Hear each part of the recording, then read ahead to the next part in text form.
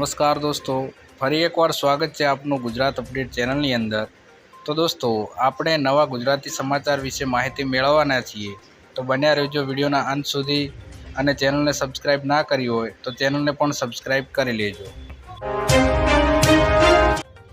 તો દોસ્તો, પહેલી ખબરની વાત કરીએ તો આજે અહીં પડ્યો કમોસમી વરસાદ।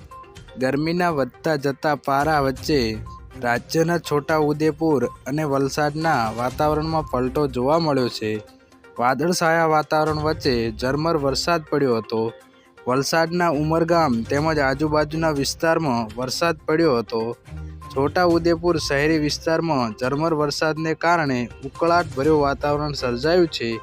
રાજ્યમાં એક તરફ સૂર્ય તપી રહ્યો છે તો જ્યારે બીજી તરફ વરસાદ, આમ બેવડી ઋતુને કારણે લોકો મુશ્કેલીમાં મુકાયા છે। તો દોસ્તો, આગળની ખબરની વાત કરીએ તો આજથી થશે મોટા ફેરફારો। નવું નાણાકીય વર્ષ 2024-25 1 એપ્રિલથી શરૂ થયું છે। આ નાણાકીય વર્ષમાં ઘણા મોટા ફેરફારો થયા છે। આજથી કોમર્શિયલ ગેસ સિલિન્ડરની કિંમતમાં ફેરફારો થયા છે। આ સાથે જ ઇલેક્ટ્રોનિક વાહનો ખરીદવા માટે તમારે વધુ કિંમત ચૂકવવી પડશે। આ સિવાય SBIએ ડેબિટ કાર્ડની વાર્ષિક મેન્ટેનન્સ ફીમાં પણ વધારો કર્યો છે।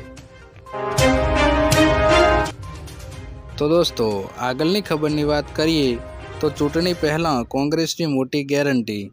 પાક વીમા યોજનામાં પરિવર્તન કરીને પાકના નુકસાનનું જે નુકસાન થાય છે તે નુકસાન થવા બદલ 30 દિવસની અંદર તમારા બેંક ખાતામાં પૈસા આવી તેવી ગેરંટી આપવામાં આવી છે।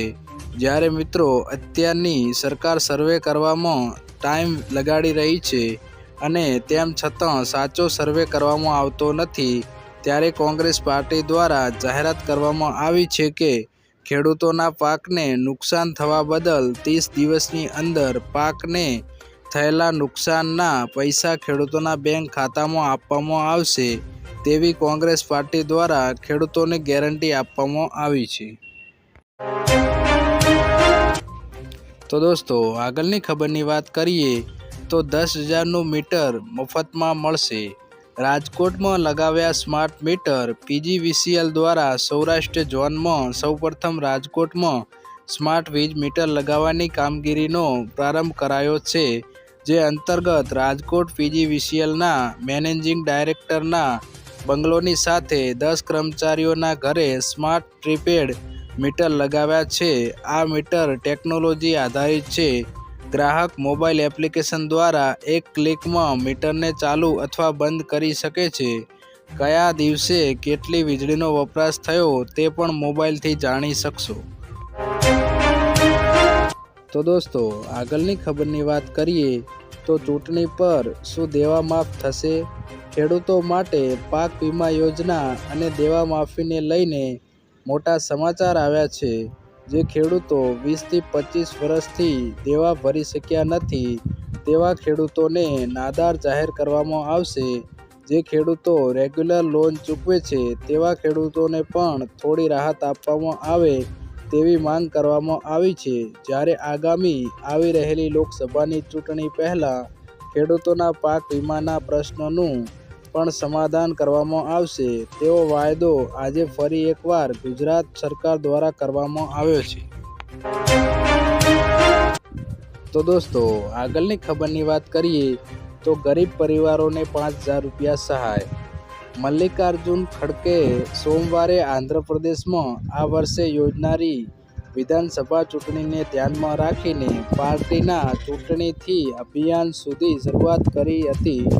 તેમણે કહ્યું કે પાર્ટીએ નિર્ણય કર્યો છે કે સત્તામાં આવ્યા બાદ રાજ્યના ગરીબ પરિવારોને દર મહિને 5,000 રૂપિયાની આર્થિક સહાય આપવામાં આવશે।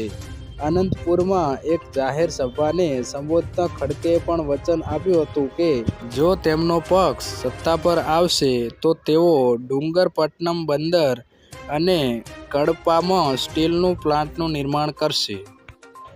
તો દોસ્તો, આજના વિડીયોમાં આટલું જ। જો વિડીયો પસંદ આવ્યો હોય તો વિડીયોને લાઈક કરજો અને આવા ખેડૂત સમાચાર માટે આપણી આ ચેનલને સબસ્ક્રાઈબ કરી લેજો।